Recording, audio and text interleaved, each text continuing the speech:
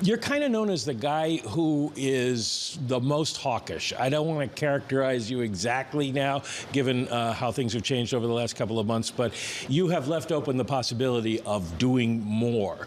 How much more would you think the economy might need? Are we talking about just that one leftover move from the dot plot in September, or if you have to start raising again, do you have to go farther, probably? Well, first of all, it's great to see you. Thanks for having me. People are looking for certainty, and I wish I could give that certainty, provided. There's been so much that's unusual about the reopening of the economy and the dynamics that led to the high inflation and how long it has taken and the dynamics as the disinflation process has taken hold. I wish I knew. We have to let the inflation data guide us, the labor market data guide us. Just to point out the obvious, our forecasts have not been great over the past couple of years. And so we just need to, we're all committed.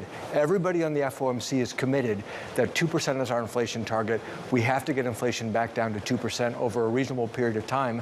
Ultimately, the economy will tell us how much is needed to get there, and I just don't know. Well, at what point do you think you would believe you have tightened enough or not tightened enough?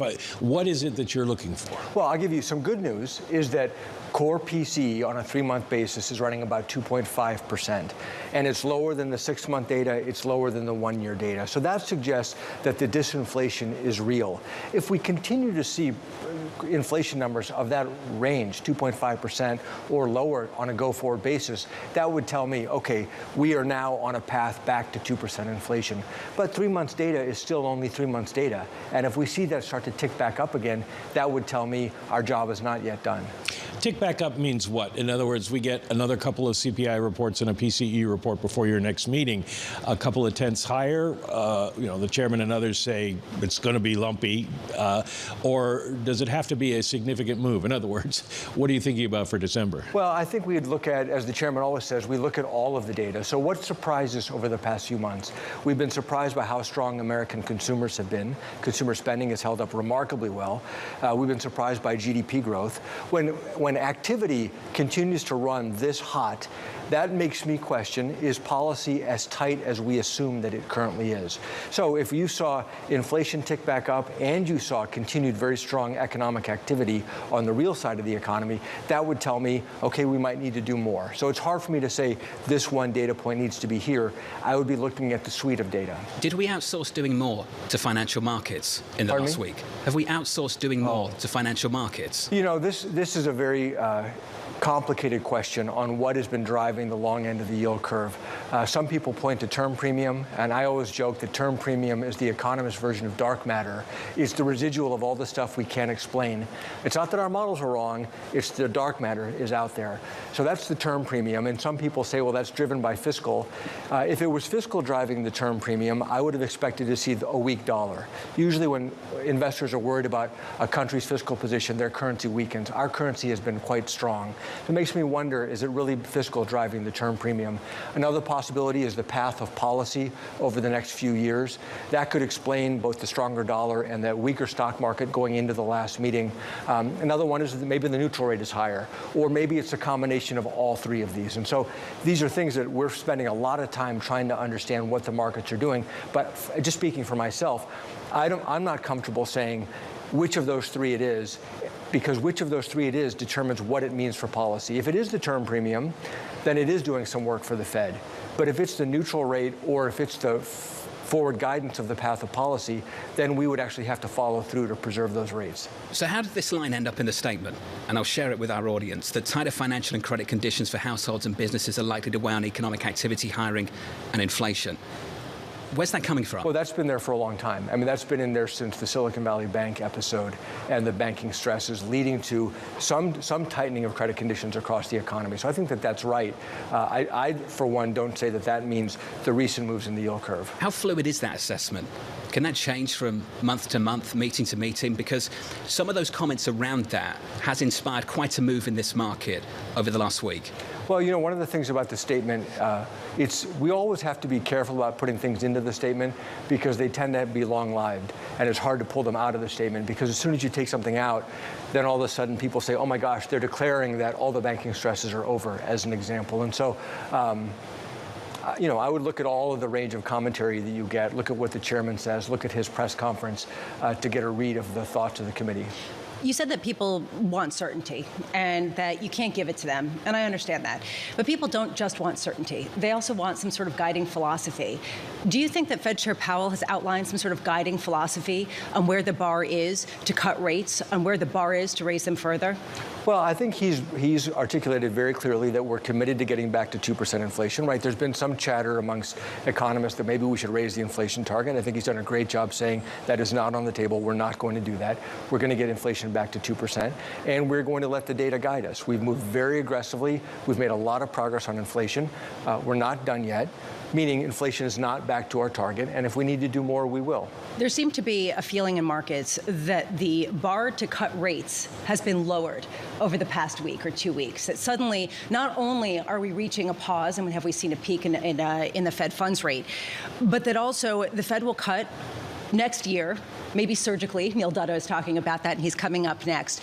Do you want to push back against that? Do you think that the bar to cut is still just as high as it was? I have no idea where market participants are getting that. There's no discussion amongst me and any of my colleagues about when we're going to start preparing to cut rates. The only thing that's been talked about at all is that at some point, when inflation is well on its way back down, if we didn't back off a little bit, then real rates would be getting tighter and tighter and tighter. And that's real, but that's math. But is there enough weakness currently in the market, in the economy, I should say, to give you that sense at this point? Look at the last GDP print. I mean, does anybody look at that and think, oh my gosh, the economy, for the last 12 months, GDP has been very strong. The labor market continues to be quite robust. Yes, the unemployment rate has ticked up to 3.9%, but we've also seen a huge surge of labor supply, which is really positive, come online. So I'm looking at this, I'm seeing consumers that are strong. By the way, my airplane that I came here on was 100% full yesterday. It's going to be 100% full today. I'm not seeing a lot of evidence that the economy is weakening. Well, whether you go higher or not, you are on board for longer. And so you must have modeled out some idea of how long you would need to leave rates unchanged before you could get down to a level low enough that you could take your foot off the brake a little bit. How long do you think you'll be at 5.5 into 2024? Well, I think it's going to depend. If we continue to see inflation prints similar to the ones we've seen the last few months, and we end up with a year over year at 2.5% core inflation, and it continues to trend down, that constellation would give me evidence to say, hey, we ought to look at, should we start backing off, just so the real policy isn't getting tighter and tighter and tighter, because we're clearly on our way back down to 2%. But again, I don't want to just point to one data series. We will be looking at the suite of data to try to get a read of where the economy is headed. Well, not just data. You talk to businesses in your district all the time. What are they telling you now about their view of growth and hiring and pricing going forward? It's moderating. So the labor market is still tight in my district. People, especially in the Dakotas, really have a hard time finding workers. But in Minnesota, it's still a tight labor market, but it's not as tight as it was 6 months ago. It's not as tight as it was a year ago. So that kind of maps to the national data that we're seeing of a gently cooling labor market, but one that's still very, very warm. Same thing with economic activity. Depending on the sector, they're saying, hey, we feel pretty good about things. We're a little cautious about the future. Obviously, they watch the news. They read the news. There's a lot of economic anxiety that is reported on that people factor that into their own thinking and their own business planning. So I think the outlooks are still optimistic, but it's cautious optimism. Well, are they still raising prices or think they need to? So it's funny. They still, by and large, have some pricing power, more than they had before the pandemic, but not as much pricing power as they had 6 months or a year ago. Can we finish on housing? Sure. In the space of 3 years, we've had record low interest rates and the highest rates in several decades. Is this housing market broken? Well, I think since the pandemic, we have structurally underbuilt the number of units that we need to meet our growing population. And that's the factor. And that's really about regulation at the local level that are creating barriers to more supply coming in. The rate environment will settle out over time. But structurally, we have to actually bring a lot more supply online to meet Americans' needs. You say over time, but it could be like 20, 30 years. I think this is the issue here. The legacy of this FOMC could well be a generation of people locked out of the housing market. Why do you say that? There could be a generation of people with 2-3% mortgages that never sell their home. Yeah, I don't know. People end up needing to move.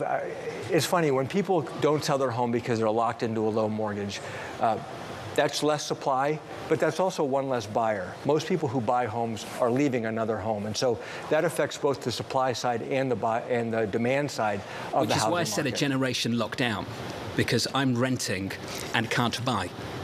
So I'm not selling anything. Yeah. And that's the generation I'm talking about. That generation specifically. Are you concerned that could be the legacy of this FOMC? No, I think the legacy of this FOMC is that we've dealt with the pandemic very aggressively. Then we were surprised by very high inflation, but then we moved very aggressively to bring the inflation back down. I want to ask you about a story on the Bloomberg terminal today about all the financial CEOs from the U.S. over in Hong Kong sounding very dour and down about the prospects for the economy. They suggest that things are pretty fragile right now, both in the economy and the markets, given everything that's going on around the world and in the shadow banking system as well as theirs. How worried are you? Well, I mean, we're always worried about things that can happen all around the world. We've got teams of people looking at different scenarios around the world. Ultimately, we have to focus on what we can control. Geopolitics, when Hamas attacked Israel, the first thing we thought of is what's it going to do to the oil market, what's it going to do to commodity prices. Remarkably, the response so far has been muted, but that's something we're obviously paying close attention to. But the broader geopolitical issues are just so far outside of our bounds of forecasting. We have a hard enough time forecasting inflation, trying to forecast where geopolitics is going. We just have to focus on what we can control.